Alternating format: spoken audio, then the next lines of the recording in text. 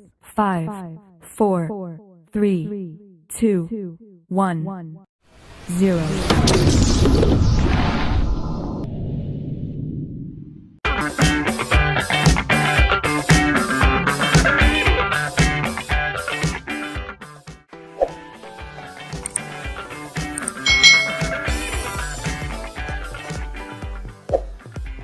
Hai, selamat datang kembali di channel YouTube Kak Citra. Hari ini kita akan belajar bersama-sama lagi nih di tematik tema 2, bermain di lingkunganku, khusus untuk adik-adik yang duduk di kelas 2. Kita belajar di subtema 2, bermain di rumah teman, pembelajaran yang kedua. Mari kita langsung belajar bersama-sama. Ketika sedang asik memetik jambu, Dayu dan Mei datang. Mereka bergabung bersama Benny dan teman-teman. Mereka memakan jambu bersama-sama. Setelah itu, mereka bermain lingkaran simpai. Nah, kalian sudah tahu adik-adik tentang simpai. Dan simpai ini bisa digunakan untuk bermain dan berolahraga. Cara bermain lingkaran simpai. Nah, biasanya kalau kita bermain simpai ini kita putar di bagian pinggang kita. Siapa yang paling lama memutarnya di badan kita, itulah pemenangnya. Tapi di sini simpai juga bisa dibuat permainan. Nama permainannya adalah lingkaran simpai. Cara memainkannya, siswa dibagi menjadi beberapa kelompok yang jumlahnya sama. Misalnya satu kelompoknya 5 orang atau 4 orang, yang pasti jumlahnya harus sama. Lalu masing-masing kelompok berdiri membentuk lingkaran. Salah seorang siswa memegang simpai dengan posisi simpai di atas kepala. Jadi ini posisinya di atas kepala, dipegang seperti ini. Setelah diberikan instruksi oleh guru, siswa yang memegang simpai memberikan simpainya kepada teman yang ada di sebelah kanannya dengan meliukkan tubuh ke kanan. Lalu si penerima simpai juga meliukkan tubuhnya ke kiri dengan posisi tangan di atas kepala juga. Kemudian dengan gerakan meliuk ke kanan, penerima simpai memberikan lagi simpai tersebut ke teman yang ada di sebelah kanan. Kegiatan dilakukan berulang-ulang hingga sampai kembali ke pemegang awal. Jadi ini harus berturutan adik-adik. Kita tadi kan membentuk lingkaran. Jadi misalnya ya, dari satu ini langsung ke temannya, nanti dari sini ke temannya lagi sampai ke posisi awal simpai yang ada tadi. Lalu kelompok yang paling cepat menyelesaikan instruksi menjadi pemenangnya. Jadi itulah permainan lingkaran simpai. Nah, di sini kita belajar meliukkan badan ke kanan dan ke kiri. Kalau kalian punya simpai, kalian bisa praktekkan bersama teman atau bersama adik kakak kalian. Di sini ada pertanyaan mengenai permainan lingkaran simpai tadi. Apa yang digunakan Benny dan teman-teman dalam bermain lingkaran simpai? Ayo, apa tadi yang digunakan?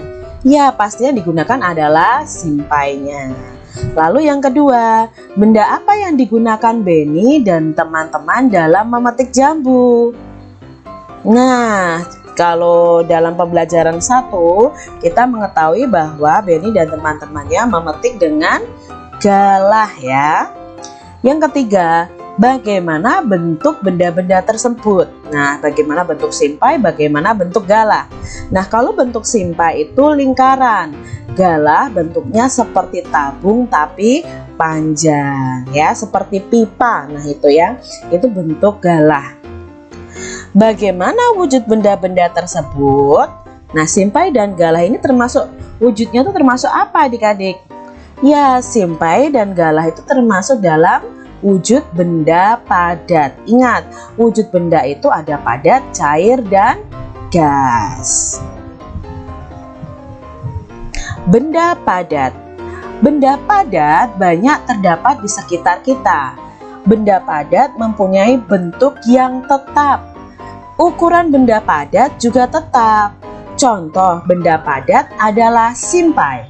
Simpai jika dipindahkan dari meja ke lantai, bentuk dan ukuran simpai tidak akan berubah. Jadi benda padat ini mau dipindah kemanapun, bentuk dan ukurannya akan tetap sama atau tidak akan berubah. Jika simpai dipindahkan lagi ke lemari, bentuk dan ukuran simpai juga tidak akan berubah. Adapun dipindahkan ke berbagai tempat, bentuk dan ukuran benda padat akan selalu tetap. Jadi kalau benda padat mau dipindah-pindah tempat juga ukuran dan bentuknya selalu sama. Bagaimana bentuk benda padat? Ayo dari bacaan tadi bagaimana ya bentuk benda padat? Ya, bentuk benda padatnya itu selalu tetap walaupun dipindah tempat atau bentuknya tidak pernah berubah ya. Mau misalnya koin diletakkan di piring ya bentuknya seperti koin, bukan seperti piring. Soal nomor 2, bagaimana ukuran benda padat? Kalau bentuknya tadi selalu tetap, kalau ukurannya? Ya, ukurannya juga selalu tetap walaupun dipindah-pindah tempatnya. Jadi mau dipindah ke gelas ya ukurannya pasti tidak akan sama seperti gelas. Contohnya kalau kelereng dipindah ke gelas, apakah ukurannya jadi besar seperti gelas? Tidak adik-adik, ukurannya tetap dan tidak berubah. Apa yang terjadi jika sebuah buku dipindahkan dari dalam tas ke dalam lemari? Ayo, apa yang terjadi adik-adik? Tidak terjadi apa-apa karena bentuk dan ukuran bukunya tetapnya.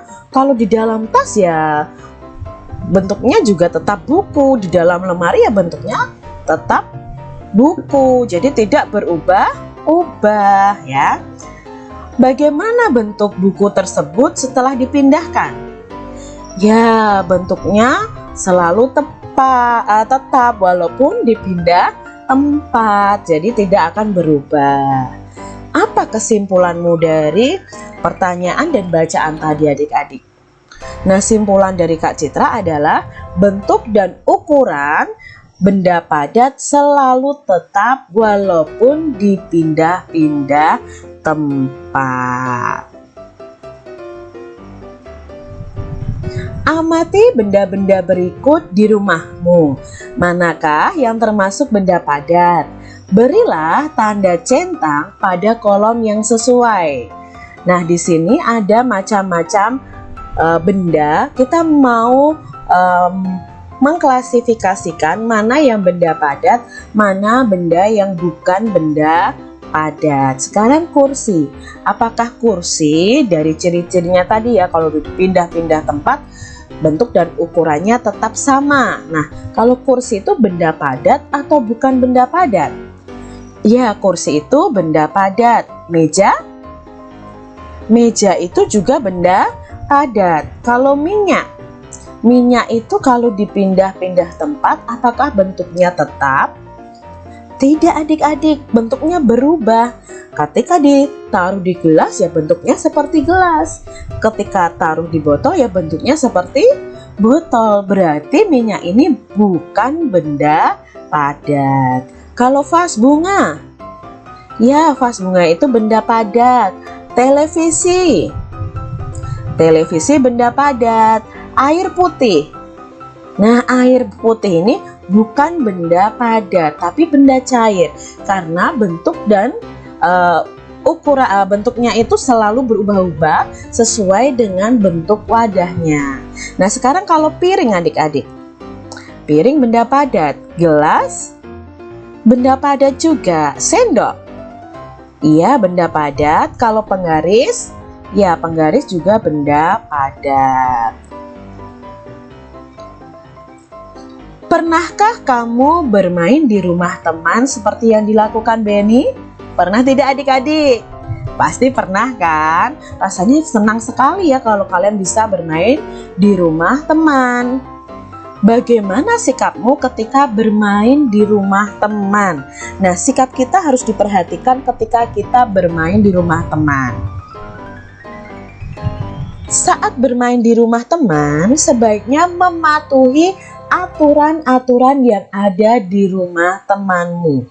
Jadi pasti di setiap tempat itu ada aturan. Nah, aturan itu membuat hidup kita menjadi teratur, menjadi tertib. Begitu juga ketika kamu bermain ke rumah temanmu. Di rumah temanmu pasti ada aturannya. Contoh peraturan ketika bermain di rumah teman adalah: 1. Meminta izin sebelum meminjam mainan ya. Tidak langsung buru-buru ambil mainannya tanpa izin teman kalian. Nah, tidak curang saat bermain. Merapikan mainan setelah bermain. Nah, kalau bermain di rumah teman adik-adik, kalau sudah selesai ya segera rapikan. Tidak masuk kamar tanpa izin. Nah, ini nggak boleh. Kamu bermain di rumah teman, tiba-tiba kamu masuk ke kamar. Nah, kalau misalnya diajak oleh teman kalian, baru boleh adik-adik. Masuk rumah teman dengan mengucapkan salam. Jadi ucapkan salam terlebih dahulu ketika kamu bertamu ke rumah teman kalian. Bermain jangan lupa waktu adik-adik. Berpamitan kepada orang tua teman sebelum pulang ke rumah. Jadi kalau sudah selesai dan kamu ingin pulang, tetap kamu harus berpamitan kepada orang tua dari teman kalian. Meminta izin jika pergi bermain. Nah, ketika kalian bermain ke rumah teman, kalian juga harus meminta izin kepada orang tua kalian. Berilah tanda centang pada sikap yang menunjukkan mematuhi aturan dan tanda silang untuk sikap yang tidak menunjukkan mematuhi aturan. Nah, di sini ada sikapnya adik-adik. Yuk kita pelajari bersama mana yang menunjukkan mematuhi aturan, mana yang tidak menunjukkan mematuhi aturan. Yang pertama, memasuki kamar pribadi orang lain tanpa izin. Ya, itu adalah sikap yang tidak menunjukkan mematuhi aturan. Yang kedua, mengetuk pintu dan mengucapkan salam ketika datang. Ya, itu sikap yang menunjukkan mematuhi aturan. Tidak mengambil barang sembarangan. Ya, ini juga termasuk sikap yang menunjukkan mematuhi aturan juga. Memakan dan meminum sesuatu tanpa izin nih. Nah, kalau belum dipersilahkan, jangan makan dan minum adik-adik. Jadi ini termasuk sikap yang tidak menunjukkan mematuhi aturan. Lalu yang berikutnya, tidak membuang sampah sembarangan kalau di rumah teman. Ya, itu mematuhi aturan. Nah, peragakan teks percakapan berikut di depan kelas kalian. Kalau kalian belajar di rumah, coba peragakan dengan kakak atau adik atau orang tua kalian. Nah, nanti kalian bisa meminta tanggapan bagaimana ketika kalian memperagakan teks berikut.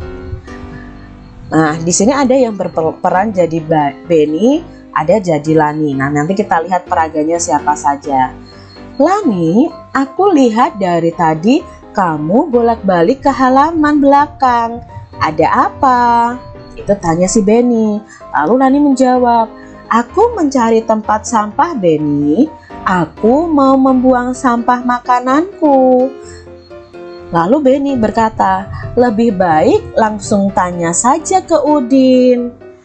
Oh iya ya, Udin. Nah, ini Lani memanggil si Udin. Iya Lani, ada apa? Tanya si Udin adik-adik. Tempat sampahnya di mana, Udin? Aku mau membuang sampah makananku. Oh, mana sampahnya? Biar aku bantu membuangnya ke tempat sampah, kata si Udin.